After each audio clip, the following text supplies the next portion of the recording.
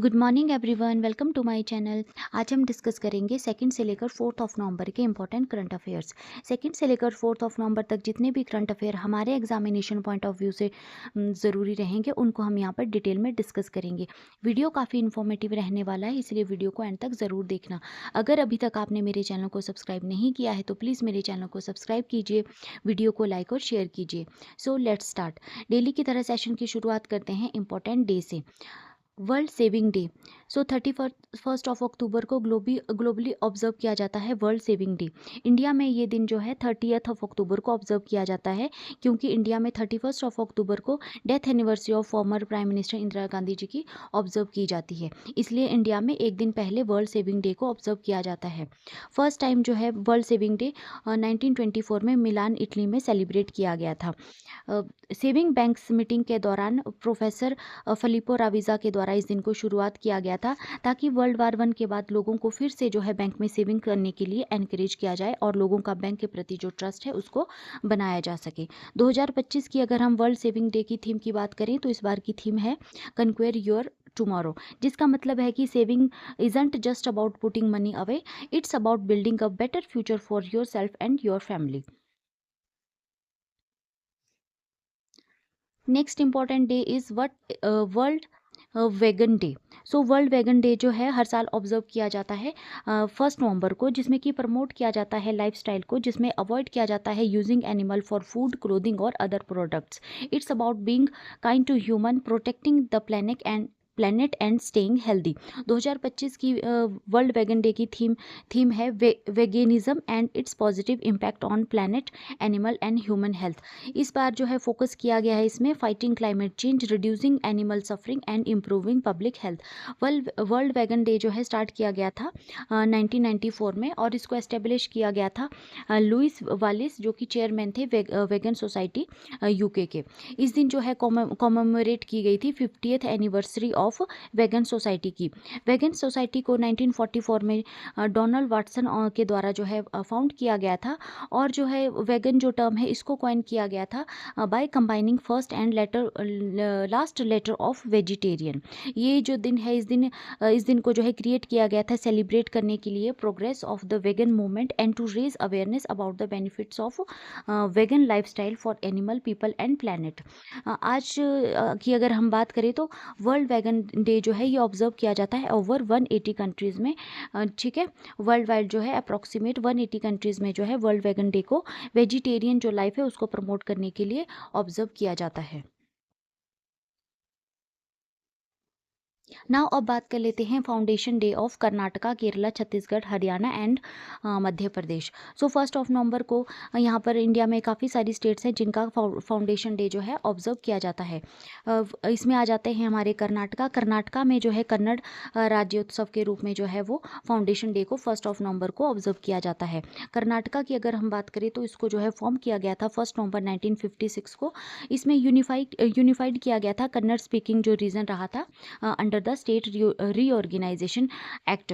Original जो name था कर्नाटका का वो था मैसूर स्टेट। इसको जो है 1973 में कर्नाटका के रूप में जो है रीनेम कर दिया गया था to reflect the identity of Kannada कन्नाडिगास।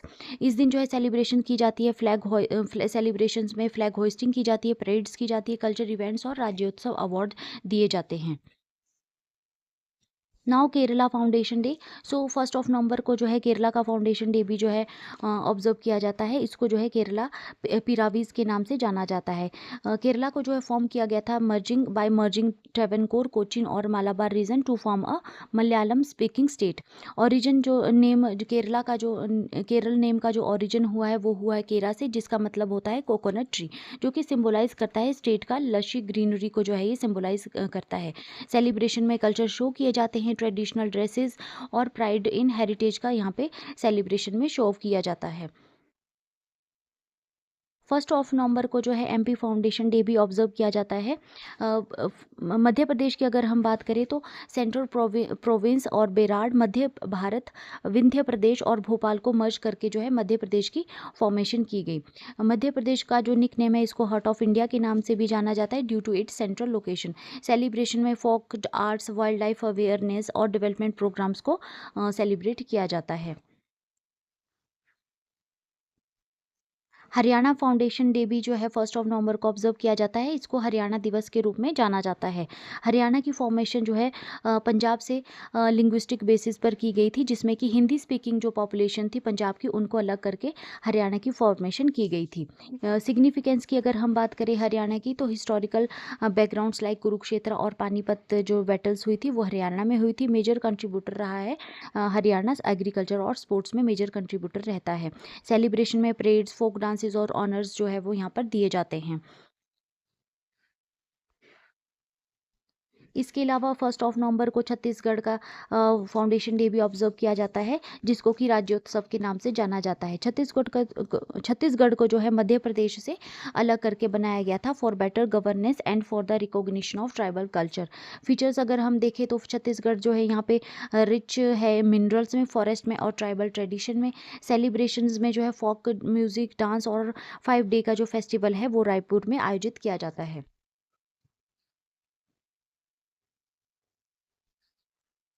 Now, Delhi celebrates 17th Foundation Day as a Union Territory. So, 1 November 1956 को जो है दिल्ली को ऑफिशियली जो है वो यूनियन टेरिटरी के रूप में यहाँ पे एस्टेब्लिश किया गया था। सो 1 November को जो है को जो है रीऑर्गेनाइज किया गया था under the state reorganisation act. और जो है दिल्ली बन गई थी यहाँ पे यूनियन टेरिटरी, जिसका मतलब था कि ये डायरेक्टली जो है गवर्न इसको सेंट्रल गवर्नमेंट के द्वारा यहाँ पे किया जाएगा। बट जो है इसकी यहाँ पे लोकल एडमिनिस्ट्रेशन भी यहाँ पे रोल प्ले करता है। फाउंडेशन डे सेलिब्रेशन की अगर हम बात करें तो यहाँ पे जो है दिल्ली में जो है वो गुड गवर्नेंस, कल्चर और यूनिटी के रिगार्डिंग जो है यहाँ पे चीफ मिनिस्टर रेखा गुप्ता जी के द्वारा जो है यहाँ पे विशेष दी गई। Now another important day is world jellyfish day. So 3 नवंबर को हमने ऑब्जर्व किया world jellyfish day. World jellyfish day की अगर हम बात करें तो इसको स्टार्ट किया गया था 2014 में, और इसका जो पर्पज है वो है सेलिब्रेट करना जेलीफिश को एंड प्रमोट करना है ओशियन हेल्थ अवेयरनेस को। जेलीफिश की अगर हम बात करें तो जेलीफिश एक अमेजिंग यहाँ पे एनिमल है, जिसके के पास जो कि it has no brain, no heart, but still alive and glowing. ये जो है they help the ocean by feeding sea turtle and giving baby fish a safe place to hide. They haven't seen around for मतलब अगर हम बात करें तो 500 million year से एगो, इवन बिफोर द डायनासोर जो है वो यहाँ पे इनको देखा इनका जो है जो है अस्तित्व जो है इनका देखा गया है जेलीफिशेस का। जेलीफिश के अगर कुछ हम की फैक्ट्स देखें तो they can learn without a brain using a nerve net, about 50% can glow in the dark. ठीक है, बायोल्यूमिनेसेंस की प्रॉपर्टी इनमें होती है, और जो बेबी फिश हाइड करती है in their tentacles for safety.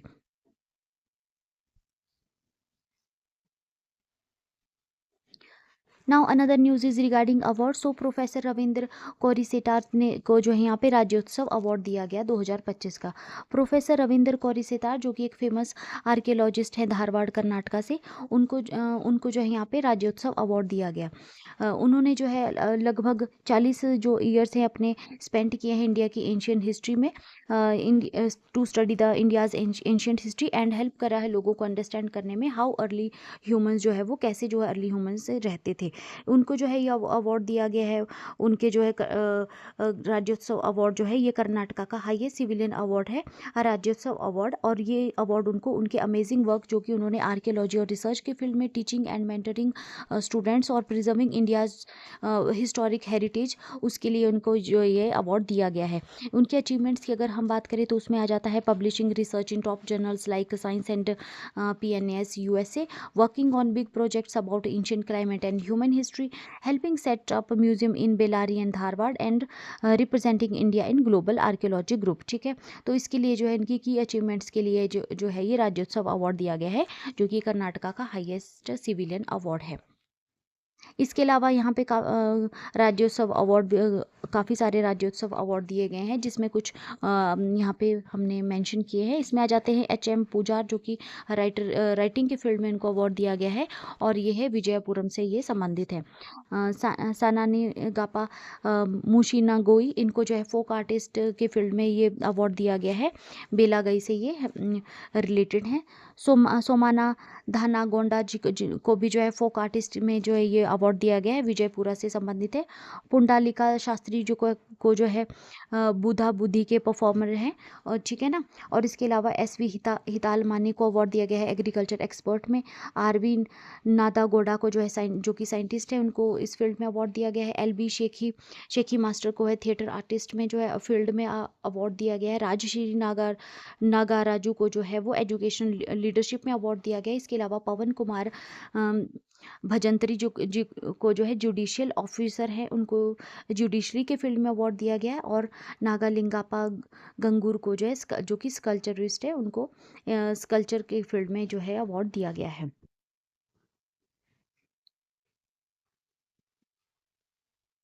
Now another news is regarding Lucknow. So Lucknow को जो है यहाँ पे यूनेस्को सिटी ऑफ गैस्ट्रोनॉमी में जो है वो रिकॉग्नाइज़ किया गया है 2025 में। तो लखनऊ को जो है ऑफिशियली रिकॉग्नाइज़ कर दिया गया है as a UNESCO city of gastronomy for its rich and royal Awadhi cuisine, जो कि एक बिग ऑनर है यहाँ पे लखनऊ के लिए।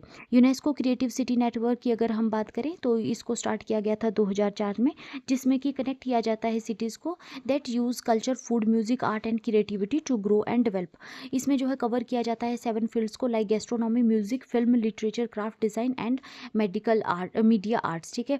और इसके अलावा अगर हम बात करें तो इस as of now it includes 350 plus cities from over 100 countries. Lucknow ने जो है ये टाइटल जो अर्न किया है, ये अर्न किया है इसने अपने अवधि डिशेस लाइक गालौटी कबाब, टुंडे कबाब, टोकरी चाट, निहारी कुलचा और मक्खन मलाई। और इसके अलावा जो यूनिक गंगा जमुनई तहजीब और जो कि एक ब्यूटीफुल मिक्सचर है हिंदू और मुस्लिम फूड ट्रेडिशन का, उसके लिए। और इसके अलावा जो है इसकी जो बिग लॉन्ग हिस्ट्री रही है रॉयल किचन्स में, स्ट्रीट फूड और स्वीट डेलिकेसीज में, उसके लिए जो है लखनऊ को जो है यूनेस्को सिटी ऑफ गैस्ट्रोनॉमी का ये अवार्ड दिया गया है, ठीक है। ये जो अनाउंसमेंट की गई ये अनाउंसमेंट की गई 31 अक्टूबर 2025 को during the 43rd UNESCO general conference, जो कि सामरकंद उज़्बेकिस्तान में आयोजित की जा रही थी। इसके साथ ही जो है लखनऊ ने जो है ज्वाइन कर लिया है हैदराबाद को as a second city of gastronomy, showing the world how rich and diverse Indian food truly is.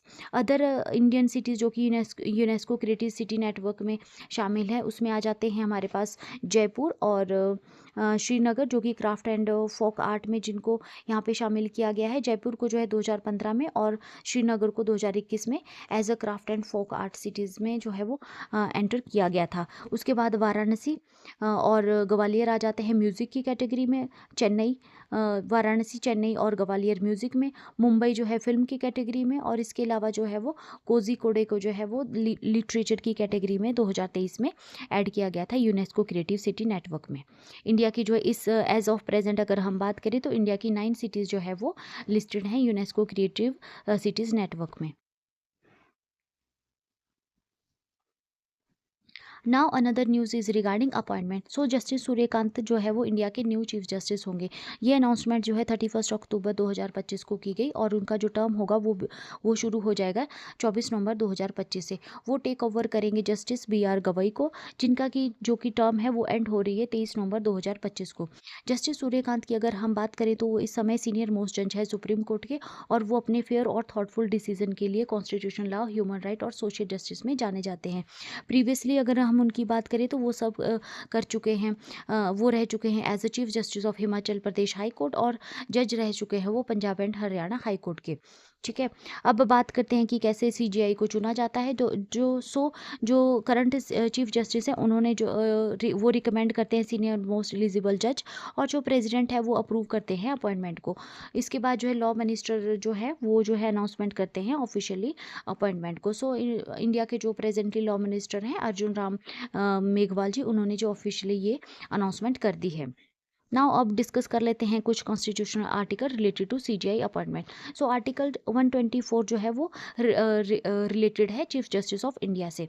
Article 124 section 1 के हिसाब से जो है बताया गया है कि there is shall be a supreme court of India which is consisting of chief justice and other जजेस as decided by parliament. Article 124 पार्ट 2 जो है उसमें बताया गया है कि जो प्रेसिडेंट ऑफ इंडिया होता है उसको जो है अपॉइंट किया जाता है प्रेसिडेंट जो है उसको अपॉइंट करते हैं, ठीक है, इंक्लूडिंग और जिसमें कि अपॉइंटमेंट कमेटी में जो आ जाते हैं चीफ जस्टिस, जो कि चीफ जस्टिस होते हैं आफ्टर कंसल्टिंग विद द जजेस of supreme court and high courts as deemed necessary. ठीक है, सो आर्टिकल 124 1 एंड 2 जो है वो रिलेटेड हैं सीजीआई की अपॉइंटमेंट से। Now another news is regarding defense services. So Rajkumar Arora takes charge as financial advisor defence services. Rajkumar Arora ji जो कि एक सीनियर ऑफिसर हैं from Indian defence account services 1990 batch के, और जिनके पास की ओवर 30 ईयर का एक्सपीरियंस है इन मैनेजिंग डिफेंस फाइनेंसेस, ठीक है ना, तो उनको अपॉइंट कर दिया गया है as a financial advisor defence services का।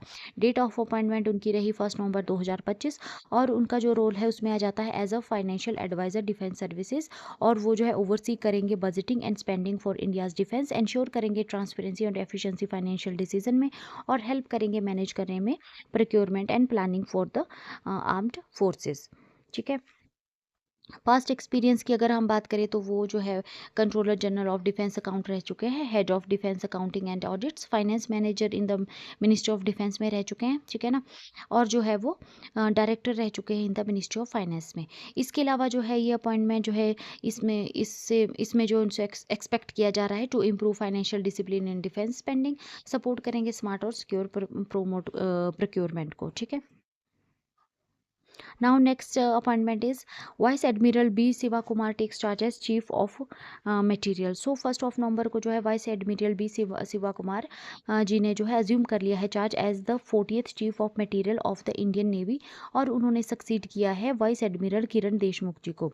करियर हाईलाइट्स इनकी अगर हम देखें तो जो है वो कमीशन हुए थे एज ए इलेक्ट्रिकल ऑफिसर 1 जुलाई 1987 को। ओवर 38 ईयर्स का उनके पास सर्विस एक्सपीरियंस यहाँ पे रह चुका है, और इसके अलावा जो है वो जो है वारशिप सिस्टम और इलेक्ट्रिकल इंजीनियर की में उनके पास एक्सपीरियंस है। नेवल डकयार्ड और स्ट्रेटेजिक एक्विजिशन प्रोग्राम में वो सर्विसेज दे चुके हैं। की लीडरशिप रोल की अगर हम बात करें तो वो कमांडर ऑफ INS वलसुरा और head of director of weapon equipment directorate of electrical engineering में जो है रोल प्ले कर चुके हैं। ठीक है ना, उनको जो है वशिष्ठ सेवा मेडल और वशिष्ठ सेवा मेडल से सम्मानित किया जा चुका है। नाउ अब हम बात कर लेते हैं इंडियन नेवी जो कि ऑपरेट करती है 4 मेजर कमांड ऑफिस को, जिसमें आ जाते हैं वेस्टर्न, ईस्टर्न, सदर्न और tri service, Andaman and Nicobar command. Indian naval command office जो है उसमें वेस्टर्न कमांड की अगर हम बात करें तो ये लोकेटेड है मुंबई महाराष्ट्र में, और जो है ये रोल प्ले करती है सीनियर मोस्ट कमांड है, ओवरसी करती है operation in Arabian and western coast line में। ईस्टर्न नेवल कमांड जो है वो विशाखापट्टनम आंध्र प्रदेश में है, और ये रिस्पॉन्सिबल रहती है बे ऑफ बंगाल ऑपरेशन के लिए और ईस्टर्न मैरीटाइम सिक्योरिटी के लिए। इसके बाद सदर्न नेवल कमांड आ जाती है जो कि कोची केरला में लोकेटेड है, और ये ट्रेनिंग कमांड है, मैनेज करती है नेवल एजुकेशन को और ट्रेनिंग इंफ्रास्ट्रक्चर को। अंडमान और निकोबार कमांड आ जाती है हमारी port Blair Andaman and Nicobar island पे ये लोकेटेड है। ये इंडिया की ओनली ट्राई सर्विस कमांड है नेवी, आर्मी, एयरफोर्स और कोस्टल गार्ड, और ये जो है स्ट्रैटेजिक ओवरसाइट है ऑफ ईस्टर्न अप्रोचेस के लिए। ठीक है, एडिशनल लेवल एस्टेब्लिशमेंट की अगर हम बात करें तो INS इंडिया जो कि न्यू दिल्ली में है, naval headquarter and logistic support ये यहाँ पे करती है। इसके अलावा INS अरावली है जो कि गुड़गांव में लोकेटेड है, ये नेवल इंफॉर्मेशन और कम्युनिकेशन सेंटर है। INS एंग्री है मुंबई जो कि शोर एस्टेब्लिशमेंट अंडर वेस्टर्न कमांड को देखती है। इसके अलावा INS वलसूरा है जो कि जामनगर में है, और ये प्रीमियर इलेक्ट्रिकल ट्रेनिंग बेस है। Now Vishwajit Sahay appointed controller general of defence account. So 1 नवंबर 2025 को श्री विश्वजीत सहाय जो कि 1990 बैच के ऑफिसर है इंडियन डिफेंस अकाउंट सर्विसेज के, उन्होंने एज्यूम कर लिया है charge as the controller general of defence account की। गवर्नमेंट रोल की अगर हम बात करें तो उनके पास ओवर 30 ईयर का एक्सपीरियंस है defence finance and public administration में। ठीक है ना, एडिशनल सेक्रेटरी और फाइनेंस एडवाइजर और department of science and technology में रह चुके हैं। इसके अलावा joint secretary department of heavy industry और finance manager acquisition wings ministry of defence में वो रह चुके हैं। ठीक है, डिफेंस अकाउंट लीडरशिप में वो principal control of defence account, Prayagraj joint CGDA strategic oversight of defence account और स्पेशल CGDA वो रह चुके हैं, जिसमें कि उन्होंने लीड किया रिफॉर्म्स और स्पेशल इनिशिएटिव्स को। एज ए CGDA वो ओवरसी करेंगे बजटिंग फॉर आर्मी, नेवी और एयरफोर्स एंड DRDO के लिए defence pensions for over 30 lakh जो बेनिफिशरीज है उनको ओवरसी करेंगे। ऑडिट और अकाउंटिंग फॉर मिलिट्री एक्सपेंडिचर को देखेंगे और प्रोक्योरमेंट और फाइनेंस फॉर कैपिटल एक्विजिशन को वो यहाँ पे ओवरसी करेंगे। ठीक है ना। इसमें जो है वो स्ट्रेटेजिक इम्पैक्ट देखें तो वो एनहांस करेंगे फाइनेंशियल डिसिप्लिन को और मॉडर्नाइज करेंगे डिफेंस फाइनेंशियल सिस्टम को। Now another news is regarding award. So Ganesh Kumar honored by IIT Kanpur. So Ganesh Kumar जी जो कि चीफ इलेक्शन कमिश्नर है इंडिया के, उनको जो उन्होंने यहाँ पे रिसीव किया है distinguished alumnus award, the highest honour given by IIT Kanpur on November 3rd 2025 at IIT Kanpur. जो कि उनको जो है ये अवार्ड दिया गया है 66 फाउंडेशन डे सेलिब्रेट किया गया for his outstanding achievements in public services. ठीक है ना। सो गणेश कुमार जी जो कि हमारे चीफ इलेक्शन कमिश्नर है, उनको जो है 66 फाउंडेशन डे जो कि IIT कानपुर का जो यहाँ पे ऑब्जर्व किया जा रहा था, उस दौरान जो है ये डिस्टिंग्विश एल्यूमिनस अवार्ड से सम्मानित किया गया। गणेश कुमार की अगर हम बात करें तो उन्होंने जो है IIT कानपुर से सिविल इंजीनियरिंग जो है वो पास आउट की थी और वो ग्रेजुएट हुए थे 1985 में। ये जो है अवार्ड जो है इसको स्टार्ट किया गया था 1989 में, और ये जो है दिया जाता है टॉप एल्यूमिनाई को जो कि ग्रेट अपने जो है वो करियर में जो है अपने ग्रेट वर्क जो करते हैं अपने करियर के दौरान। ये जो है मोस्ट रिस्पेक्टेड अवार्ड है IIT कानपुर का। Now another news is also regarding award. So doctor N Sanjeeva Reddy को ऑनर किया गया है यहाँ पे IES medal of honour 2025। So जो ये अवार्ड है ये दिया गया है इंडियन एंडोडोंटिक सोसाइटी के द्वारा, और ये अवार्ड दिया गया नवंबर 1 2025 को।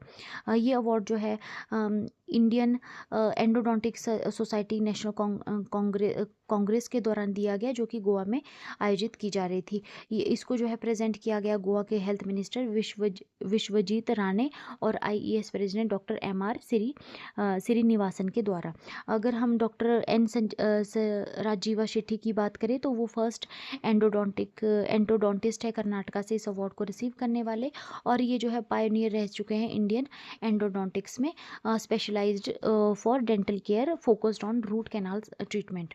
फॉर्मर ये प्रिंसिपल और head of department at government dental college Bengaluru रह चुके हैं, और फर्स्ट इंडियन डेंटिस्ट है to become director of medical education appointed by state government. इस IES मेडल की अगर हम बात करें तो यह हाईएस्ट अवार्ड है जो कि दिया जाता है इंडियन एंटोडोंटिक सोसाइटी के द्वारा। ठीक है ना। और इसमें जो है रिकॉग्नाइज किया जाता है outstanding contribution to the field of endodontics in India.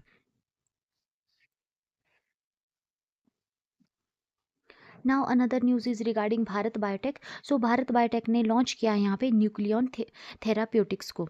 Nucleon जो कि एक न्यू कंपनी है फॉर एडवांस थेरेपीज़ के लिए। डेट ऑफ अनाउंसमेंट रही नवंबर 3 2025, और हैदराबाद में जो है ये अनाउंसमेंट की गई। न्यू कंपनी है जो इसका नेम रहेगा न्यूक्लियन थेराप्यूटिक्स, और जो एक कंपनी है ये है CRDMO यानी कि contract research development and manufacturing organisation. ठीक है। और ये जो न्यूक्लियन है ये जो है फोकस करेगी सेल एंड जीन थेरेपी के ऊपर, cutting edge treatment for serious diseases. ये जो हेल्प करेगी ग्लोबल मेडिकल कंपनीज को विद रिसर्च प्रोग्रेस डेवलपमेंट और manufacturing of therapies. Disease treatment जो इसमें ऑफर किए गए हैं उसमें आ जाता है cancer, autoimmune disorders like arthritis और ल्यूपस, और रेयर जेनेटिक डिसऑर्डर्स। इंपॉर्टेंस की अगर हम बात करें तो ये इंडिया का जो है ये नेक्स्ट जनरेशन हेल्थ केयर में जो है एक मेजर स्टेप रहेगा। इसके अलावा जो है ये सपोर्ट करेगा हमारा global innovation from right here in Hyderabad. Show करेगा ये भारत बायोटेक का commitment to high quality scalable medical solutions को। Now another news is regard from IIT Bombay. सो IIT बॉम्बे ने यहाँ पे डेवलप किया है GPS free drone swarm technology को। यहाँ पे जो है प्रोफेसर दावीपायन मुखर्जी और चिन्मय गरनायक जी IIT बॉम्बे से, उन्होंने जो यहाँ पे अनाउंसमेंट की है नवंबर 2 2025 को। IIT बॉम्बे ने यहाँ पे क्रिएट किया है एक new way for drones to fly in group without using GPS communication between drones और सेंट्रल कंट्रोल सिस्टम। इसमें जो है ड्रोन जो है ये यहाँ पे जो है वो without communication system, without GPS यहाँ पे ये फ्लाई करेंगे। ठीक है ना। ड्रोन जो है इसमें यूज़ करेंगे ओनली ऑन बोर्ड कैमरास को to see each other and stay informed. Drone swarming क्या होती है? सो ड्रोन स्वॉर्मिंग का मतलब होता है ग्रुप ऑफ ड्रोन्स जो कि एक साथ फ्लाई करते हैं in a coordinated and intelligent way, just like a flock of birds और a school of fish. Each drone जो है इसमें यहाँ पे इट्स जो है अपने डिसीजन जो है स्वयं लेगा। इसके अलावा जो है रिएक्ट करेगा नियर बाई ड्रोन्स के साथ और वर्क करेगा as a part of team without needing a leader और जीपीएस। ये जो है यूज़फुल रहेगा सर्विलेंस में, रिसर्च और रेस्क्यू में, मिलिट्री मिशंस में और डिजास्टर रिस्पॉन्सेज में ये टेक्निक जो है हेल्पफुल रहने वाली है। How does this system work? So इसमें यूज़ किया जाएगा वीटीओएल ड्रोन्स का मतलब कि vertical take off and landing that can hover and fly in tight spaces. Drone जो है रिलाई करेंगे on bearing only data from their cameras to know where others are. No need for outside help और signals, यहाँ पे कोई भी ज़रूरत नहीं रहेगी आउटसाइड सिग्नल्स की, और making them stealthy and reliable. Importance इसमें क्या आ जाती है? तो ये सिंपलर डिज़ाइन है, नो जीपीएस और कम्युनिकेशन सिस्टम नीडेड। ये सिक्योर करेगा और यहाँ पे जो है मोर सिक्योर और ये स्टेल्थी रहेगा, हार्डर टू डिटेक्ट, ठीक है ना। इनको जो है डिटेक्ट करना मुश्किल काफ़ी हार्ड हो जाएगा और जैमिंग से भी ये बच सकेंगे यहाँ पे। और जो है यहाँ पे ये जो है वर्क करेंगे इवन डायनेमिक और जीपीएस डिनाइड जो इन्वायरमेंट रहते हैं वहाँ पे भी जो है ये ड्रोन टेक्नोलॉजी काम करेगी, ठीक है। हेल्प करेगा ड्रोन्स को think and act independently. Each drone जो है वो इंडिपेंडेंटली यहाँ पे एक्ट करेगा।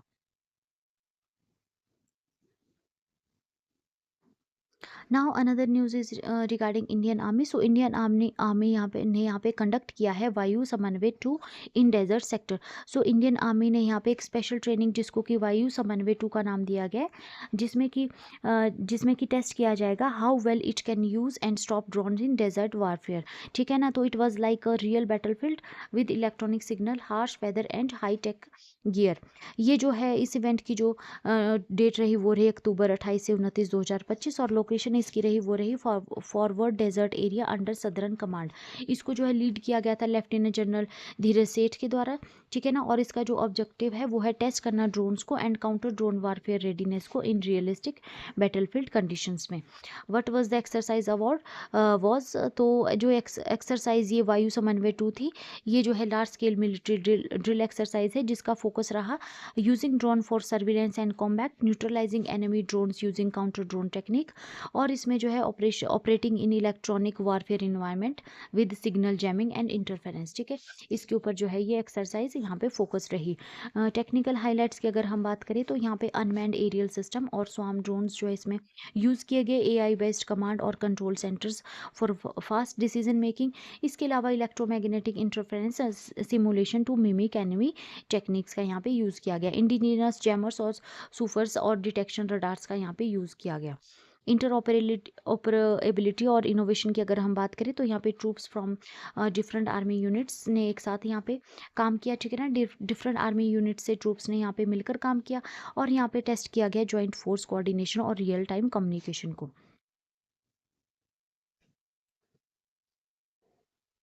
Now another news is regarding IBM and AICTE launch AI lab to train students and teachers in India. So International Business Machine Cooperation और all India council for technical education ने यहाँ पे जो है AI launch किया है, AI lab to train students and teachers in India. इसकी जो लोकेशन रही वो रही all India council for technical education headquarter India. और इसका जो मेन पर्पस है उसमें जो है ट्रेन किया जाएगा स्टूडेंट्स को और फैकल्टी को artificial intelligence, data science and other future technologies में। जो एआई लैब है ये जो है प्रोवाइड करवाएगी hands on training in AI, machine learning and data science में। ऑर्गेनाइज किया जाएगा वर्कशॉप को, हैकाथॉन्स को और लाइव प्रोजेक्ट्स को to connect theory with real world skills. Help किया जाएगा इसमें कॉलेजेस को to upgrade their curriculum to match industry needs. Master trainer programme यहाँ पे चलाया जाएगा जिसमें कि सिलेक्ट और ट्रेन किया जाएगा फैकल्टी मेंबर्स को एज मास्टर ट्रेनर। और ये जो ट्रेनर रहेंगे ये बाद में जो है टीच करेंगे स्टूडेंट्स को using certified learning modules. Participants की अगर हम बात करें तो उनको जो है सर्टिफिकेट दिया जाएगा टू इम्प्रूव जॉब अपॉर्चुनिटीज़। इसको जो है ना अलाइन किया गया है with national and global goals, जो कि सपोर्ट करेगा हमारा नेशनल एजुकेशन पॉलिसी 2022 को और प्रमोट करेगा टेक्निकल एनेबल लर्निंग को। मैच करेगा इंडिया का जो नेशनल आर्टिफिशियल इंटेलिजेंस स्ट्रेटेजी है to become a global AI leader. First जो है ये IBM's ग्लोबल मिशन है जिसमें कि प्रमोट किया जा रहा है इंक्लूसिव टेक्निकल एजुकेशन और फ्यूचर स्किल्स को, ठीक है। क्विक फैक्ट्स अगर हम देखें तो इनिशिएटिव का नाम है AI lab at AICTE headquarter. Launch किया गया है AICTE एंड IBM के द्वारा। फोकस एरिया है AI, data science, machine learning और एक्टिविटीज़ में मास्टर ट्रेनर प्रोग्राम, वर्कशॉप और सर्टिफिकेशन इस पे रहेगी। Now another news regarding science and tech. So PM Modi opened Science and Tech Innovation Conclave 2025. The Emerging Science and Technology Innovation Conclave जो कि यहाँ पे आयोजित की जा रही है नवंबर 3 से लेकर 5 तक, ठीक है। तो इसको यहाँ पे ओपन कर दिया गया है हमारे प्राइम मिनिस्टर के द्वारा, ठीक है ना। ये जो इनोवेशन कॉन्क्लेव रहेगी, इसमें इंडिया का जो इनोवेशन ग्रोथ है, इसमें जो है बताया जाएगा रिसर्च एंड डेवलपमेंट स्पेंडिंग जो है इंडिया में डबल हो गई है इन लास्ट 10 ईयर्स में। इसके अलावा जो पेटेंट रजिस्ट्रेशन है वो भी इंक्रीज हुई है 17 टाइम। और इंडिया जो है अब बन गया है third largest startup ecosystem in the world. और ओवर जो है 6000 डीप टेक स्टार्टअप्स जो कि वर्क कर रहे हैं क्लीन एनर्जी, एडवांस मटेरियल और उसमें जो है इंडिया में ये स्टार्टअप स्टार्ट हो चुके हैं और प्रेजेंटली वर्क कर रहे हैं। मेजर एरिया जो प्रोग्रेस के रहे उसमें आ जाता है सेमीकंडक्टर, बिग लीप इन चिप मेकिंग कैपेबिलिटीज़। इसके अलावा जो बायो इकोनॉमी है वो ग्रो हुई है फ्रॉम 10 मिलियन जो कि 2014 में थी, वहाँ से बढ़कर जो है ये $140 बिलियन जो है आज के टाइम में ये हो चुकी है। सनराइज सेक्टर्स में इंडिया की जो एडवांसिंग है उसमें green hydrogen, quantums computing, deep sea research और क्रिटिकल मिनरल्स यहाँ पे आ जाते हैं। बूस्टिंग रिसर्च और इनोवेशन की अगर हम बात करें तो ईज़ ऑफ डूइंग रिसर्च इन जो है वो टॉप प्रायोरिटी है। इसके अलावा लैब टू मार्केट रिफॉर्म जो कि प्रोटोटाइप और रियल प्रोडक्ट्स को यहाँ पे फास्टर करेगा। अनुसंधान नेशनल रिसर्च फाउंडेशन की अगर हम बात करें तो उन्होंने जो है लॉन्च किया है जो कि सपोर्ट करेगा यूनिवर्सिटी रिसर्च को प्राइवेट सेक्टर में और एनकरेज करेगा इन्वेस्टमेंट और रिसर्च डेवलपमेंट को, ठीक है। इसके अलावा जो है यहाँ पे एक बिग अनाउंसमेंट हुई है पीएम के द्वारा, जिसमें कि ₹1 लाख करोड़ का इनोवेशन फंड यहाँ पे दिया गया है, ठीक है ना। जो ये 1 लाख करोड़ का रिसर्च डेवलपमेंट और इनोवेशन स्कीम है, इसमें जो है फंड्स होंगे वो सपोर्ट करेंगे प्राइवेट सेक्टर लेड रिसर्च को और बिल्ड किया जाएगा स्ट्रॉन्ग इनोवेशन इकोसिस्टम को, जो कि हेल्प करेगा इंडिया को ग्लोबल लीडर बनने में, यहाँ पे global leader in science and technology में। इस दौरान जो है यहाँ पे डॉक्टर जितेंद्र सिंह जो union minister for science and technology और principal scientific advisor professor Ajay Kumar ji यहाँ पे अवेलेबल रहे, ठीक है ना।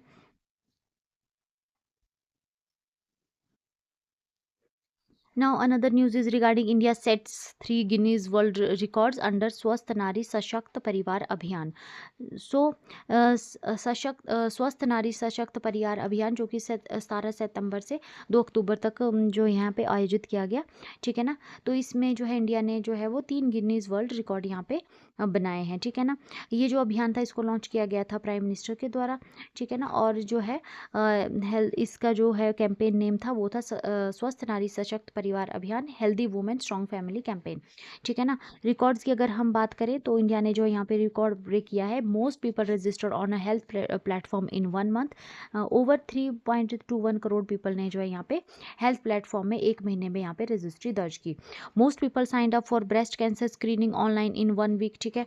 एक हफ्ते में जो है ब्रेस्ट कैंसर स्क्रीनिंग के लिए यहाँ पे ओवर 9.94 लाख जो लोग थे उन्होंने यहाँ पे ऑनलाइन जो है वो रजिस्ट्रेशन की, साइन अप किया। इसके अलावा जो है most people signed up for vital sign screening online in 1 week. State level में ओवर 1.25 लाख ने जो है यहाँ पे एक हफ्ते में जो है यहाँ पे रजिस्ट्रेशन साइन अप किया, ठीक है ना। What was the campaign about, तो ये जो कैंपेन था इसमें जो फोकस किया गया था वुमेन हेल्थ के ऊपर और न्यूट्रिशन के ऊपर और अर्ली डिजीज डिटेक्शन के ऊपर और access to essential health services और जो है फैमिली वेलनेस और अवेयरनेस के ऊपर जो है ये फोकस यहाँ पे किया गया था। According to PM, if mother is healthy the entire family stay healthy, ठीक है ना। और इसके अलावा जो है यहाँ पे 19.7 लाख हेल्थ जो कैंप्स अक्रॉस इंडिया चलाए गए। 11 करोड़ प्लस जो है लोगों ने यहाँ पे हेल्थ प्लेटफॉर्म को विजिट किया। 20+ मिनिस्ट्रीज ने एक साथ मिलकर काम किया और यहाँ पे सपोर्ट रहा डॉक्टर्स का, कॉलेजेस का, MPs, MLAs and local leaders का। कम्युनिटी इन्वॉल्वमेंट जो है 5 लाख पंचायत मेंबर्स यहाँ पे इन्वॉल्व रहे। 1.1 करोड़ स्टूडेंट्स और 94 lakh self help groups members और 5 लाख कम्युनिटी वॉलंटियर्स ने यहाँ पे इन्वॉल्वमेंट शो करी। Now another news is regarding स्वच्छता सर्वेक्षण 2025। सो यहाँ पे जो है इंडिया की डर्टीएस्ट सिटीज़ को रिवील किया गया, ठीक है ना। तो मदुरई जो है यहाँ पे इंडिया की डर्टीएस्ट सिटी यहाँ पे रही 2025 के स्वच्छ सर्वेक्षण के दौरान, ठीक है ना। डेट ऑफ रिलीज़ रही यहाँ पे नवंबर 3, 2025, और जो ये सर्वे है ये किया गया था ministry of housing and urban affairs के द्वारा अंडर द स्वच्छ भारत मिशन। स्वच्छ सर्वेक्षण जो कि इंडिया का एक एनुअल क्लीनलीनेस सर्वे है, इसमें जो है चेक किया जाता है how clean cities are based on garbage management, public toilet hygiene, feedback from citizen and smart and clean practices. More than 4,000 cities को जो है यहाँ पे रैंक किया गया है to encourage better cleanliness. Top dirtiest cities की अगर हम इंडिया की बात करें तो यहाँ पे टॉप किया है डर्टीएस्ट सिटीज़ में मदुरई ने, ठीक है ना। उसके बाद लुधियाना और चेन्नई आ जाते हैं दूसरे और तीसरे नंबर पे। उसके अलावा जो दिल्ली जो है यहाँ पे वो 10th नंबर पे रही है डर्टीएस्ट सिटी में। वाई दीज सिटीज़ रैंक्ड लो, क्यों ये सिटीज़ इतनी लो रही हैं? तो इसमें जो है वो too much garbage, not enough management, बहुत ज़्यादा गार्बेज था और प्रॉपर मैनेजमेंट नहीं हुआ। पुअर वेस्ट सेपरेशन रही, वेट और ड्राई जो है यहाँ पे मिक्स यहाँ पे देखा गया। ओवरफ्लो लैंडफिल्स हो गए यहाँ पे, और ब्लॉक ड्रेन्स जो है ड्रेनेज जो भी थे वो ब्लॉक्ड यहाँ पे पाए गए। इसके अलावा जो है पब्लिक अवेयरनेस और एक्शन भी यहाँ पे प्रॉपरली नहीं किया गया। वीक रूल्स और पुअर एनफोर्समेंट यहाँ पे रही, ठीक है ना, रूल्स की। क्लीनियर सिटीज़ की अगर हम देखें तो यहाँ पे जो है क्लीनियर सिटीज़ में हमारे पास इंदौर, सूरत और नवी मुंबई आ जाता है, जिन्होंने कि यहाँ पे हाईएस्ट रैंक ली है, ठीक है ना। और उन्होंने जो है ये सक्सीड किया है bye collecting garbage from every home, ठीक है ना। घर घर जाके जो है गार्बेज को कलेक्ट करना, रिसाइकलिंग करना वेस्ट को प्रॉपरली, और इन्वॉल्वमेंट रही यहाँ पे सिटीजन की keeping the city clean. Government जो है वो की अगर हम बात करें तो इम्प्रूव करना चाहती है ये वेस्ट सेपरेशन को एट होम, बिल्ड करना चाहती है मॉडर्न गार्बेज ट्रीटमेंट प्लांट्स को, और यूज़ करना चाहती है सेपरेट टेक्नोलॉजी को टू ट्रैक द वेस्ट। और इसके अलावा अवेयरनेस कैंपेन यहाँ पे चलाए जाने चाहिए to involve the people.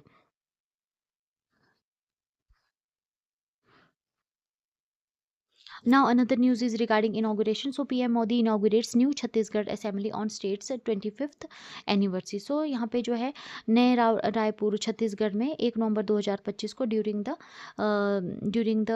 25th anniversary जो थी, सिल्वर जुबली जो थी छत्तीसगढ़ फाउंडेशन की, उस दिन जो है यहाँ पे न्यू छत्तीसगढ़ असेंबली को जो है यहाँ पे इनाग्रेट किया गया पीएम के द्वारा, ठीक है ना। जो न्यू असेंबली रही है, जो असेंबली बिल्डिंग है, इसका जो साइज़ रहेगा वो रहेगा 51 करोड़ इस एकड़ का, और कॉस्ट इसकी जो आई है वो आई है 324 करोड़ की। डिज़ाइन जो है इसका, इसमें फीचर किया गया है लोकल आर्ट को, बस्तर स्टाइल डोर्स और राइस ग्रेन सीलिंग मोटिव्स को, जो कि सिंबलाइज करता है छत्तीसगढ़ की कल्चर आइडेंटिटी और गवर्नेंस विजन को, ठीक है ना। वाजपेयी स्टैचू यहाँ पे अनवील किया गया, ठीक है। स्टैचू जो कि फॉर्मर हमारे पीएम अटल बिहारी वाजपेयी जी रहे, उनको जो है इंस्टॉल किया गया असेंबली में, ठीक है ना। जो कि उस टाइम जो है जब छत्तीसगढ़ को क्रिएट किया गया था, इंडिया के पीएम यहाँ पे थे उस टाइम, जो है अटल बिहारी वाजपेयी इंडिया के पीएम रहे थे, ठीक है ना। इसके अलावा जो है डेवलपमेंट प्रोजेक्ट 14,260 करोड़ के यहाँ पे जो है पीएम के द्वारा अनाउंस किए गए, जिसमें कि हाउसिंग, एंटरप्रेन्योर और मेडिकल एजुकेशन में जो है यहाँ पे स्टार्टअप्स को यहाँ पे पीएम के द्वारा जो है अनाउंस किया गया। इसमें जो है हाउसिंग में 3.5 लाख फैमिलीज़ को जो है यहाँ पे पक्का हाउस अंडर प्रधानमंत्री आवास योजना ग्रामीण के तहत यहाँ पे जो है दिया गया। इसके अलावा 12 स्टार्टअप्स विलेज ब्लॉक लॉन्च किए गए 9 डिस्ट्रिक्ट्स में। मेडिकल एजुकेशन में 5 न्यू गवर्नमेंट मेडिकल कॉलेज को मान मनेनगढ़, कबीरधाम, जांगीर चंपा, गिधम और बिलासपुर में जो है 5 गवर्नमेंट मेडिकल कॉलेज को यहाँ पे अनाउंस किया गया। आयुर्वेदा कॉलेज और हॉस्पिटल फैसिलिटी बिलासपुर में यहाँ पे अनाउंस की गई। और गैस पाइपलाइन 500 किलोमीटर की नागपुर झारसुगुड़ा पाइपलाइन जो कि कनेक्ट करेगी 11 डिस्ट्रिक्ट्स को टू द नेशनल ग्रिड, ठीक है ना। इसके अलावा कल्चर एंड सोशल इनिशिएटिव में शहीद वीर नारायण सिंह मेमोरियल और ट्राइबल म्यूजियम को यहाँ पे इनाग्रेट किया गया। दिल की बात इनिशिएटिव पीएम, जिसमें कि इंटरेक्ट हुए 2500 स्टूडेंट्स एट श्री सत्य साई संजीवनी हॉस्पिटल में, ठीक है ना। स्पिरिचुअल सेंटर जिसमें कि शांति शिखर मेडिटेशन और लर्निंग सेंटर बाय ब्रह्म कुमारीज को जो है यहाँ पे ओपन किया गया, ठीक है ना। Now another news is from SBI. So SBI joins India bullion exchange as special category client. So 1 नवंबर 2025 को यहाँ पे जो है गिफ्ट सिटी गुजरात में इंडिया इंटरनेशनल बुलियन एक्सचेंज का आयोजन किया गया, जिसमें कि एसबीआई ने ज्वाइन किया as a India bullion exchange special category client. SBI की अगर हम बात करें तो एसबीआई ने यहाँ पे कंप्लीट किया its first gold trade as a special category client on the India international bullion exchange, जो कि एक मूव है expected to make gold import more efficient, transparent and affordable specially for small jewellers. ठीक है ना।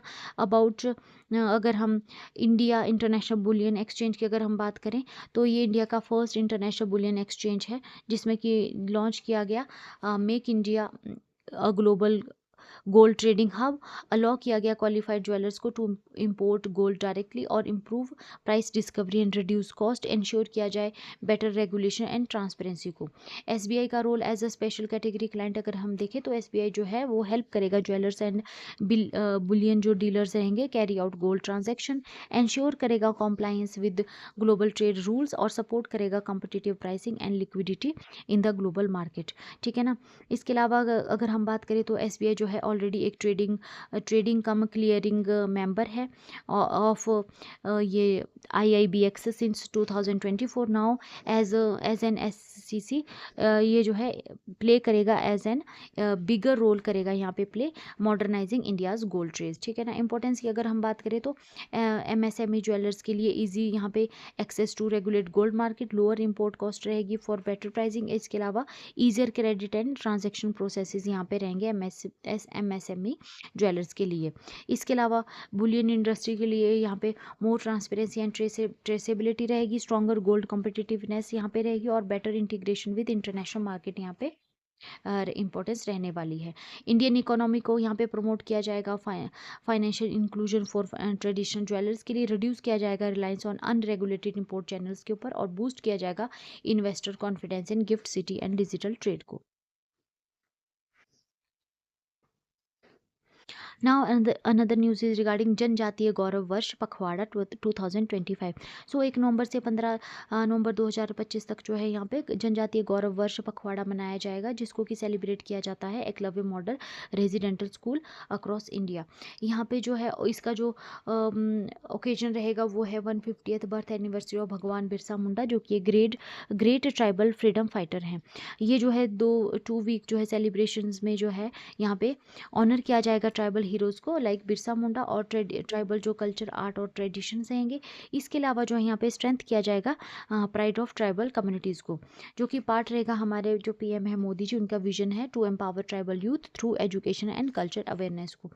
Who involve, इसमें कौन involve रहेंगे, ओवर 1.5 लाख जो ट्राइबल स्टूडेंट्स होंगे, 497 जो है वो Eklavya model residential schools across India इसमें पार्टिसिपेट करेंगे। इसके अलावा जो है ऑर्गेनाइज किया जाएगा इसको national education society and society for tribal students के द्वारा under ministry of tribal affairs. जो यहाँ पे जो है स्टूडेंट्स जो है यहाँ पे पद यात्रा और मार्चेस करेंगे फॉर यूनिटी। कल्चर शो किया जाएगा, ट्राइबल म्यूजिक और डांसेस का exhibition about tribal freedom fighters किए जाएंगे और इसके अलावा art and story telling competition यहाँ पे चलाए जाएंगे। वर्कशॉप ऑन इनोवेशन क्रिएटिविटी भी यहाँ पे ऑर्गेनाइज की जाएगी। ठीक है ना। भगवान बिरसा मुंडा की अगर हम बात करें तो ये जो है एक ब्रेव ट्राइबल लीडर रहे हैं जिन्होंने कि जो कि ब्रिटिश रूल के अगेंस्ट जो है यहाँ पे जो है वो यहाँ पे इन्होंने फाइट किया था और इसके अलावा उन्होंने जो ट्राइबल राइट्स और डिग्निटी के लिए यहाँ पे काम किया और इनको जो है धरती आबा यानी कि फादर ऑफ अर्थ भी के नाम से इनको जाना जाता है। ठीक है ना। इम्पोर्टेंस अगर बात करें सेलिब्रेशन की तो ये हेल्प करेगा ट्राइबल स्टूडेंट्स को feel proud of their heritage. इसके अलावा ट्राइबल जो ट्रेडिशन है उसको जो है अलाइव रखने में ही हेल्प करेगा और बिल्ड करेगा स्ट्रॉन्गर यूनाइटेड इंडिया को। Now another news is regarding साहित्य अकेदमी। सो साहित्य अकेदमी ने यहाँ पे रिलीज़ किया है in Hindi edition of Lithuanian novel the last day as अंतिम दिन। सो यहाँ पे जो ऑथर हैं जरोस्लावास मेलिनिकास जो कि एक well known Lithuanian Ukrainian writer हैं, उनकी जो बुक है जो जिसमें कि एक्सप्लोर किया जा रहा है deep topics like identity change and life's meaning को, उसको जो है यहाँ पे हिंदी में उसका जो है हिंदी एडिशन यहाँ पे रिलीज़ किया गया। ठीक है ना। This is the first time जो कि एक लिथुनियन नॉवेल जो है उसको ट्रांसलेट किया गया है हिंदी में। ये जो है हेल्प करेगा इंडियन रीडर्स को to enjoy international literature in their own language. इसके अलावा ये बिल्ड करेगा culture bridge between India and Lithuania. Lithuania, ठीक है ना। बुक लॉन्च की अगर हम बात करें तो ये जो है बुक लॉन्च है, जो इसको लॉन्च किया गया रविंद्र भवन न्यू दिल्ली में, और इसको जो है ऑर्गेनाइज किया गया था Sahitya Akademi with support from embassy of Lithuania. इसको जो अटेंड किया गया राइटर्स, डिप्लोमेट्स और स्कॉलर्स के द्वारा। साहित्य अकादमी के जो प्रेसिडेंट है माधव कौशिक जी, उन्होंने जो इसको एक हिस्टोरिक मूवमेंट की तरह यहाँ पे बताया है। इंपॉर्टेंस अगर हम इसकी देखें तो ये प्रमोट करेगा ग्लोबल लिटरेचर को इंडियन लैंग्वेजेस में। इसके अलावा एनकरेज करेगा कल्चर एक्सचेंज थ्रू बुक्स को, शो करेगा यहाँ पे स्टोरीज को, और कनेक्ट करेगा people across the countries. Now another news is regarding ISRO. So India launches heaviest COMSAT communication satellite 03 on LVM-3 M5 rocket from Sriharikota on 2nd November 2025, making a landmark in India's space capability. So यहाँ पे इसरो ने जो है यहाँ पे launch कर दिया है कम्युनिकेशन सैटेलाइट को, ठीक है ना, जो कि यहाँ पे डिज़ाइन किया गया है to enhance India's communication capabilities. ठीक है, ये जो सैटेलाइट है ये सपोर्ट करेगी हाई स्पीड इंटरनेट और डाटा सर्विसेज को, ब्रॉडकास्ट कवरेज करेगी across India and nearby region, और सिक्योर करेगी communication for strategic and civilian use को। कम्युनिकेशन सैटेलाइट 03 की अगर हम बात करें तो ये हैवीएस्ट कम्युनिकेशन सैटेलाइट है इंडिया का टिल डेट, जो कि लॉन्च किया गया है इसरो के द्वारा, और ये जो है मार्क करता है as a major milestone in self reliant space technology में। लॉन्च डेट इसकी रही 2 नवंबर 2025, और इसको इसरो के द्वारा जो है लॉन्च किया गया श्रीहरिकोटा आंध्र प्रदेश से। रॉकेट इसमें यूज़ किया गया LVM-3 M5, जिसको कि GSLV MK3 भी कहा जाता है। सैटेलाइट का जो नेम है वो है कम्युनिकेशन सैटेलाइट 03, और टोटल वेट इसका रहा 4410 kg, जो कि इंडिया का हाईएस्ट एवर है। कम्युनिकेशन सैटेलाइट जो है ये क्या हेल्प करेगा इंटरनेट को फास्टर बनाने में, इम्प्रूव करेगा टीवी और रेडियो सिग्नल्स को, और जो है ये कनेक्ट करेगा रिमोट एरियाज़ को, ठीक है ना। हाँ, और इसके अलावा जो है ये रॉकेट की अगर हम बात करें तो ये जो रॉकेट है ये एक 14 स्टोरी बिल्डिंग जितना टॉल है, और इसको जो है यहाँ पे 16 मिनट में जो है यहाँ पे लॉन्च किया गया था, ठीक है ना। इंपॉर्टेंस की अगर हम बात करें तो इंडिया जो है अब लॉन्च करेगा बिग सैटेलाइट्स को without the help from other countries, और जो ये रॉकेट है ये सपोर्ट करेगा हमारे मून मिशन को भी, ठीक है ना। और ये एक तरह का जो है स्टेप है sending astronauts and building a space station in India का जो अपना स्पेस स्टेशन है उसको बनाने के लिए जो एक मेजर स्टेप यहाँ पे काउंट करता है इंडिया के लिए। Now another news is regarding Ayushman Bharat, ठीक है ना। तो आयुष्मान भारत प्रधानमंत्री जन आरोग्य योजना इंडिया की बिगेस्ट हेल्थ स्कीम, ठीक है ना। तो PMJY इंडिया की जो है फ्री हेल्थ इंश्योरेंस स्कीम है, जिसको कि स्टार्ट किया गया था 23 सितंबर 2018 को।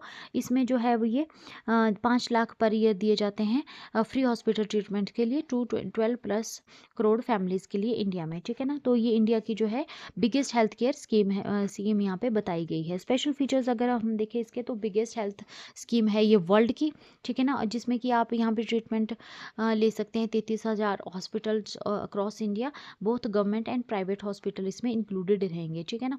इसमें जो है आपको कोई भी पेमेंट नहीं करनी पड़ती है सर्जरीज के लिए, टेस्ट के लिए, हॉस्पिटल स्टे के लिए। बेनिफिट्स की अगर हम बात करें तो यहाँ पे जो है सेव किया गया है ओवर 1.52 लाख को पीपल को अक्रॉस मेडिकल करोड्स, इसमें जो है सेव किया गया है पीपल्स को over 1.52 lakh crore in medical cost, और इसके अलावा 42 crore Ayushman cards have been given out, ठीक है ना। इसके लिए जो कौन पे करता है तो इसके लिए central government and state government जो है यहाँ पे शेयर कॉस्ट पे करती है। स्टेट जो है और अपने जो है आयुष्मान आरोग्य मंदिर जो है लोकल हेल्थ सेंटर्स भी यहाँ पे बना रही है, ठीक है ना। आयुष्मान भारत के जो है 3 पार्ट्स है यहाँ पे। आयुष्मान आरोग्य मंदिर जिसमें कि local health centre for basic care के लिए, जिसमें कि डेंटल, आई और इमरजेंसी हेल्प आ जाती है। Over 39 crore online doctors visit करते हैं, ठीक है ना, यहाँ पे कर चुके हैं।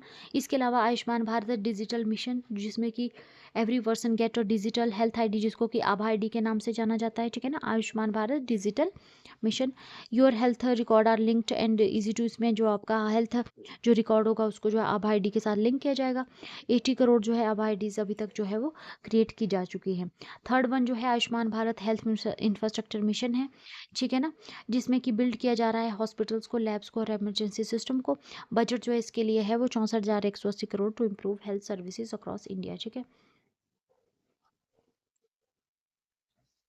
Now another news is from Russia. So Russia launches खाबा खाबारोस्वस सबमरीन टू कैरी पोजडोइन ड्रोन। इसको जो है लॉन्च किया गया है नवंबर 2025 को और लोकेशन रही सेवमास शिपयार्ड सेवरोडोस्विंस्क रशिया। ठीक है ना। सबमरीन के नेम की अगर हम बात करें तो इसका नाम है खाबरोविस्क और इसको डिज़ाइन किया गया है Rubin central design bureau of marine engineering के द्वारा। बात कर लेते हैं खाबरोविस्क की, जो कि एक न्यूक्लियर पावर्ड सबमरीन है और इसको बिल्ड किया गया है to carry advance underwater weapons को। स्पेशली इसको डिज़ाइन किया गया है टू लॉन्च पोजिडोन, जो कि एक nuclear powered unmanned underwater vehicle है और ये रिप्रेजेंट करता है major step in Russia's maritime strategy capabilities में। पोजिडोन की अगर हम बात करें तो ये एक रोबोटिक अंडर वाटर ड्रोन है पावर्ड बाय न्यूक्लियर एनर्जी। इसके अलावा जो ये क्लेम करता है हाई स्पीड को, डीप डाइविंग एबिलिटी को, इंटर कॉन्टिनेंटल रेंज को और मैसिव डिस्ट्रक्टिव पावर को। ठीक है ना। रशिया के हिसाब से जो है ये थ्रेटन करेगा कोस्टल सिटीज़ को विद रेडियो एक्टिव डैमेज। ठीक है ना। तो इससे रेडियो एक्टिव डैमेज होने का कोस्टल सिटीज़ में रहेगा। इसके अलावा जो है ये जो है वो western analyst are concerned and sceptical about its full capabilities. ठीक है ना। ये थोड़ा सा कंसर्न का वेस्टर्न एनालिस्ट के लिए मैटर बना हुआ है। इंपॉर्टेंस की अगर हम बात करें तो पोइजन जो है एक तरह का स्ट्रेटेजिक एसिमेट्रिक वेपन है और ये जो है वो डिसरप्ट करेगा यहाँ पे नेवल डिफेंसेस को, चैलेंज करेगा आर्म कंट्रोल एग्रीमेंट्स को और रेज करेगा ह्यूमैनिटेरियन और इन्वायरमेंटल रिस्क को।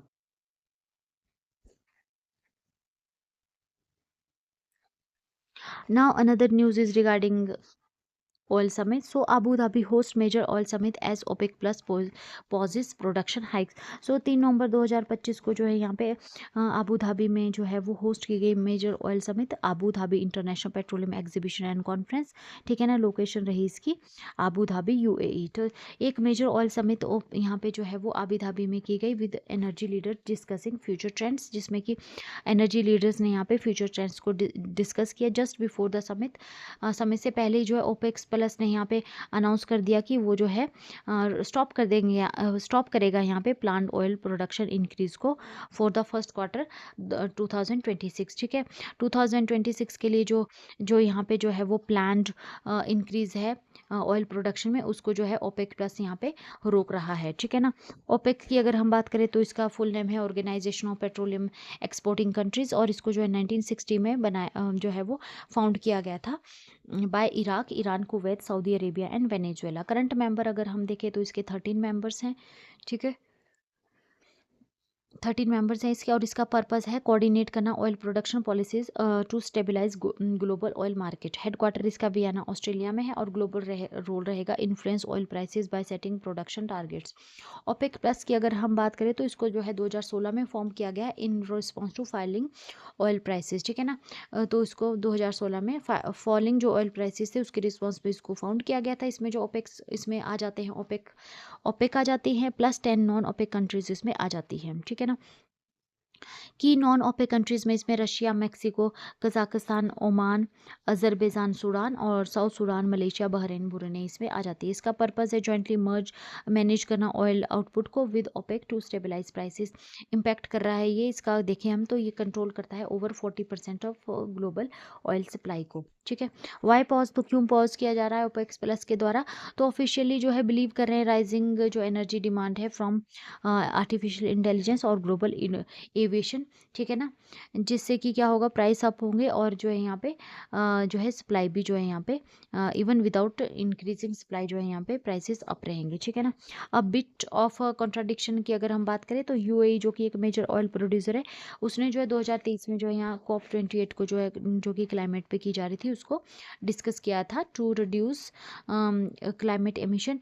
नाउ जो है अब ये लीड कर रहा है discussion on boosting oil prices showing a complete balance between energy and climate goals जो यहाँ पे यूएई शो कर रहा है। ठीक है। Now another news is regarding ICC women's world cup. So India ने जो है यहाँ पे historic ICC women world cup 2025 यहाँ पे जीत लिया है।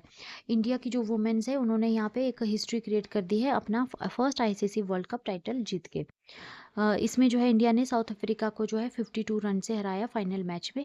और ये जो मैच था ये खेला गया था doctor DY Patil sports academy Navi Mumbai में 2 नवंबर 2025 को। ठीक है, मैच फाइनल समरी अगर हम देखें तो फाइनल मैच में इंडिया और साउथ अफ्रीका ने यहाँ पे खेला था। वेन्यू रहा था DY पाटिल स्टेडियम नवी मुंबई। और जो है यहाँ पे साउथ अफ्रीका ने जो है इंडिया को यहाँ पे टॉस जीत के बैटिंग के लिए आमंत्रित किया था। इंडिया ने 298 का स्कोर बनाया 7 विकेट पे 50 ओवर में, और साउथ अफ्रीका को यहाँ पे इंडिया ने ऑल आउट कर दिया 246 पर। ठीक है ना, 246 पर जो है साउथ अफ्रीका यहाँ पे ऑल आउट हो गई थी। ठीक है ना, इंडिया की तरफ से जो है वो यहाँ पे जो है मेजर पार्टनरशिप जो रही वो मंधाना और शिफाली के बीच में रही 104 रन की, और दीप्ति और ऋचा के बीच में 47 रन की रही। ठीक है ना, अवार्ड और अचीवमेंट्स की अगर हम बात करें तो प्लेयर ऑफ द मैच यहाँ पे शेफाली वर्मा को यहाँ पे बनाया गया, और प्लेयर ऑफ द सीरीज जो है दीप्ति शर्मा यहाँ पे रही, और इंडिया की जो फर्स्ट वुमेन ये जो है ODI टाइटल रहा। इंपॉर्टेंस की अगर हम बात करें तो इंडिया का first ever women ODI world cup रहा, जो कि मेजर माइलस्टोन है इंडियन क्रिकेट के लिए, और जो है टीम ने जो है यहाँ पे शो करा all round excellence in batting, bowling and fielding में।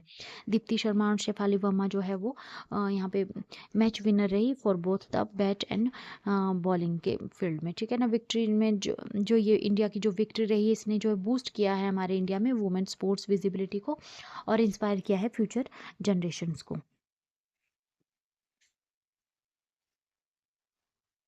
Now Indian tennis star Rohan Bopanna announces retirement. तो इंडिया के जो टेनिस स्टार हैं रोहन बोपन्ना जी, उन्होंने जो ऑफिशियली रिटायरमेंट ले लिया है प्रोफेशनल टेनिस से।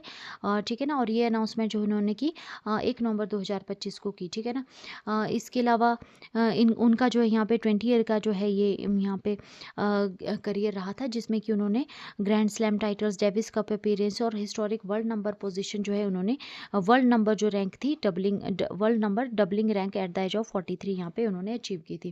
फाइनल मैच जो है 2025 का उन्होंने पेरिस मास्टर्स खेला, जिसमें कि उनके पार्टनर रहे अलेक्जेंडर बबलिक। एंड इसमें जो है हाईलाइट अगर हम देखें तो इस हाईलाइट अगर हम देखें तो इसमें ग्रैंड स्लैम टाइटल आ जाता है 2017 में French open mix double with Gabriela Dabrowski के साथ इन्होंने यहाँ पे खेला था। 2024 में Australian open mens double with Matthew Ebden इसके अलावा वर्ल्ड नंबर 1 रहे वो डबल्स में, जो कि उन्होंने अचीव किया था at the age of 43, the oldest man ever to reach this ranking. ठीक है, डेविस कप और ओलंपिक्स में जो है इन्होंने इंडिया को रिप्रेजेंट किया मल्टीपल डेविस कप टाइज में। ठीक है ना, और ओलंपिक गेम्स में ATPs की अगर हम बात करें तो उन्होंने जो है वॉन किए हैं 26 टू लेवल डबल टाइटल्स। ठीक है ना, ग्रैंड स्लैम, और 5 जो है टोटल।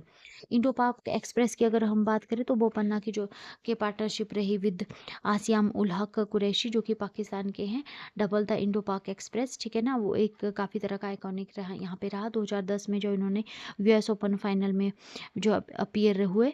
ठीक है ना, as a powerful message of peace and unity through the support. ठीक है ना, लीगेसी बियॉन्ड अगर हम बात करें तो वो जो है अपने जाने जाते हैं अपने स्मार्ट नेट प्ले के लिए और पावरफुल सर्विसेज के लिए, और वो जो है यहाँ पे स्पोर्ट्समैनशिप को और longevity competing into his mid 40s, तो उसको जो है यहाँ पे एडवोकेट करते हैं, इंस्पायर कर रहे हैं वो न्यू जनरेशन को और इंडियन डबल्स प्लेयर्स को। यहाँ पे जो उनको कुछ समरी दी गई है। मेंस डबल में अगर हम देखें तो 2010 में उन्होंने US open with आसियाम ul Haq Qureshi के साथ यहाँ पे उन्होंने प्ले किया था। ठीक है ना, इंडो पाक एक्सप्रेस के नाम से जाने गए थे। 2023 में जो है उन्होंने US ओपन विद मैथ्यू एब्डिन के साथ प्ले किया था। इसके अलावा मिक्स डबल की अगर हम बात करें तो 2017 में जो है फ्रेंच ओपन उन्होंने विन किया था। ठीक है ना, 2018 में ऑस्ट्रेलियन ओपन उन्होंने विद टीम मिया बाबोस के साथ विन किया था। इसके अलावा 2023 में उन्होंने ऑस्ट्रेलियन ओपन जो है वो सानिया मिर्जा के साथ विन किया था। ठीक है,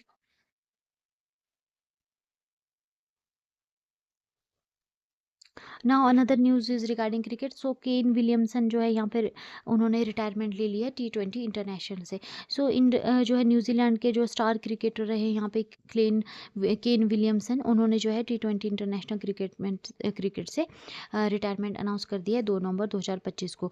इसके अलावा वो कंटिन्यू करेंगे यहाँ पे टेस्ट को और ODI क्रिकेट को। करियर हाईलाइट्स की अगर हम देखें केन विलियमसन की, तो उन्होंने जो है T20 इंटरनेशनल में 93 मैचेस खेले हैं, जिसमें कि उनका स्कोर ओवर 25 7500 यहाँ पे रहा है। कैप्टेंसी उन्होंने लीड किया है न्यूजीलैंड को 75 T20 मैचेस में, और जो है उन्होंने डेब्यू किया था 2011 में। T20 वर्ल्ड कप अचीवमेंट्स की अगर हम देखें तो वो 2016 में और 2022 में जो है T20 वर्ल्ड कप सेमीफाइनल में पहुंचे थे, और 2021 में जो है वो T20 वर्ल्ड कप के फाइनलिस्ट रहे थे। Now another news is regarding parachuting World Cup. So India shines at parachuting World Cup 2025. Avani Lekhara ने यहाँ पे विन किया है गोल्ड।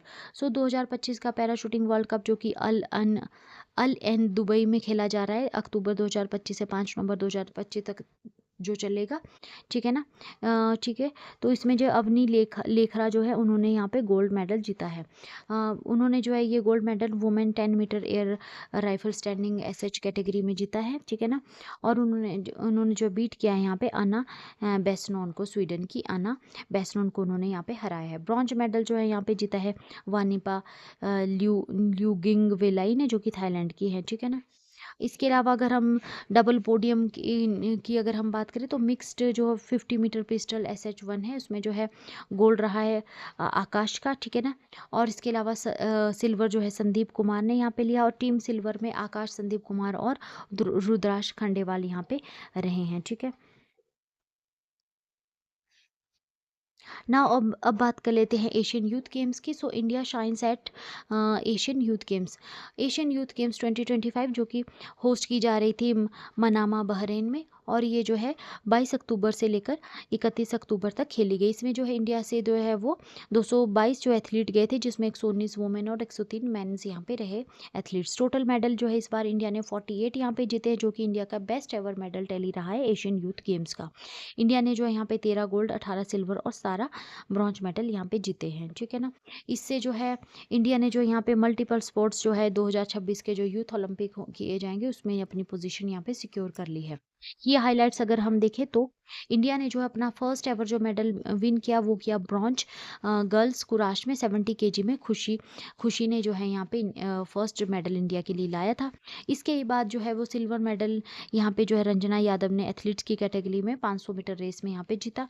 फिर गर्ल्स कबड्डी टीम ने जो है फर्स्ट गोल्ड इंडिया को दिलाया यहाँ पे डिफीट करके ईरान को, ठीक है। उसके बाद जो प्रतिसीमा भोई ने जो है यहाँ पे सेट किया था world youth record 44 kg clean and jerk में। इंडिया का फर्स्ट इंडिविजुअल गोल्ड मेडल उन्होंने जीता, ठीक है ना। गोल्ड मेडल विनर्स की अगर हम देख लें तो अंजलि ने जो है 55 kg में जो बीच रेसलिंग में यहाँ पे गोल्ड मेडल जीता। खुशी चंद ने जो है गर्ल्स 46 kg में बॉक्सिंग में गोल्ड मेडल जीता। और इंडियन जो गर्ल्स टीम रही टीम कबड्डी, उन्होंने जो है यहाँ पे गोल्ड मेडल जीता। प्रतिसीमा भोई जो कि 44 kg क्लीन एंड जर्क में वेट लिफ्टिंग में, और इसके अलावा Jaiveer Singh boys 55 kg wrestling में उन्होंने यहाँ पे गोल्ड मेडल जीता। फाइनल डे के दिन जो है इंडिया ने टोटल 15 मेडल जीते, जिसमें 7 गोल्ड आ जाते हैं, 4 in boxing and 3 in beach wrestling में। हिस्टोरिकल कंपैरिजन अगर इंडिया का हम करें तो 2009 में जो है इंडिया ने जो है सिंगापुर में जो है 11 मेडल जीते थे, जिसमें कि 5 गोल्ड थे, 3 सिल्वर और 3 ब्रॉन्ज। 2013 में जो है 14 मेडल जीते थे, 3 गोल्ड, 4 सिल्वर और 7 ब्रॉन्ज। और 2025 जो कि बेस्ट रहा इंडिया का, उसमें जो इंडिया ने 48 मेडल जीते with 13 gold, 18 silver and 17 bronze. Now friends, इसके साथ ही हमारा आज का ये सेशन कंप्लीट होता है। अब हम डिस्कस कर लेते हैं वन लाइनर क्वेश्चन आंसर्स को। हमारा पहला क्वेश्चन है, who won gold in women's 10 metre air rifle SH1 at the 2025 parachuting world cup. तो किसने जीता है वुमेन का 10 मीटर एयर राइफल में पैराशूटिंग वर्ल्ड कप में गोल्ड मेडल इंडिया के लिए? अवनी लेखरा ने, ठीक है, अवनी लेखरा ने। Where was the 2025 parachuting world cup held? कहाँ पे खेला जा रहा था ये parashooting world cup? Al Ain Dubai में, ठीक है ना, Al Ain Dubai. What milestone did Chhattisgarh celebrate on 1 नवंबर 2025? क्या था ये 1 नवंबर को, क्या माइलस्टोन छत्तीसगढ़ ने यहाँ पे सेलिब्रेट किया? As it's 25th foundation day, यानी कि सिल्वर जुबली यहाँ पे छत्तीसगढ़ ने अपनी ऑब्जर्व की। Who inaugurated the new Chhattisgarh assembly building in 2025? किसने इनॉग्रेट किया? प्राइम मिनिस्टर नरेंद्र मोदी ने, ठीक है। How many medal did India win at 2025 Asian youth games? कितने मेडल जीते इंडिया ने? तो 48 मेडल, 13 गोल्ड, 18 सिल्वर और 17 bronze. Where were the 25 Asian youth games held, कहाँ पे खेली जा रही थी एशियन यूथ गेम? बहरीन में, मनामा बहरीन में। What was the Indian army's drone warfare exercise called on October 2025? तो क्या नाम दिया गया इंडियन आर्मी की जो ड्रोन वारफेयर एक्सरसाइज थी उसको? वायु समन्वय 2। ठीक है, Vayu Samanvay 2। What was the focus of वायु समन्वय 2? क्या फोकस रहा वायु समन्वय 2 का? Testing drone and counter drone capabilities in desert warfare. ठीक है, ये इसका फोकस एरिया यहाँ पे रहा। Which to organisation launched an AI lab in India? किसने ऑर्गेनाइज की, लॉन्च किया है AI लैब्स को इंडिया में? IBM and AICTE, all India council for technical education. Now another news is where is the IBM AICTE lab located? कहाँ पर है? तो AICTE हेडक्वार्टर में। ठीक है ना, AICTE हेडक्वार्टर में जो है ये लैब AI लैब है। Where what is the name of Russian submarine launch to carry the Poseidon drone? क्या नाम है रशियन सबमरीन का जो कि पोजिडोन ड्रोन को यहाँ पे कैरी करेगी? तो ये है खबरोवस्क। खबरोवस्क जो है वो यहाँ पे नेम है रशियन सबमरीन का। ठीक है ना।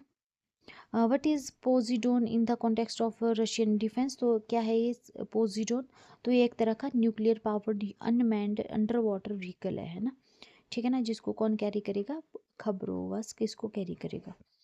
Which bank become a special category client on the India international bullion exchange इन 2025?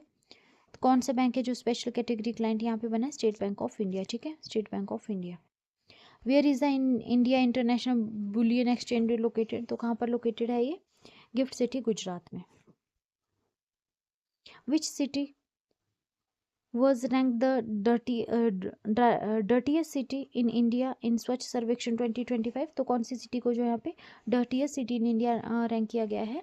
मदुरई को। ठीक है, तो मदुरई यहाँ पे डर्टीएस्ट सिटी रही यहाँ पे स्वच्छ सर्वेक्षण 2025 में। Which cities were praise for cleanliness in Swachh Survekshan 2025? तो कौन सी सिटी है जिनको कि प्रेज किया गया है क्लीनलीनेस के लिए? इंदौर इसमें रहा, सूरत इसमें रहा और नवी मुंबई यहाँ पे रहा। ठीक है, ठीक है ना। तो फ्रेंड्स, इसके साथ ही हमारा ये आज का सेशन कंप्लीट होता है। अगर आपको मेरी वीडियो पसंद आ रही है तो प्लीज़ मेरी वीडियो को लाइक कीजिए, चैनल को शेयर और सब्सक्राइब कीजिए। Thank you so much. मिलते हैं नेक्स्ट वीडियो में।